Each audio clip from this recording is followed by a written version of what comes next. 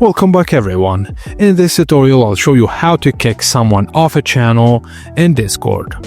First thing first, from your Discord home screen, choose the server where the user is located from the left sidebar. Find and click on the channel, text or voice from which you want to remove the user. Channels are listed just below the server name.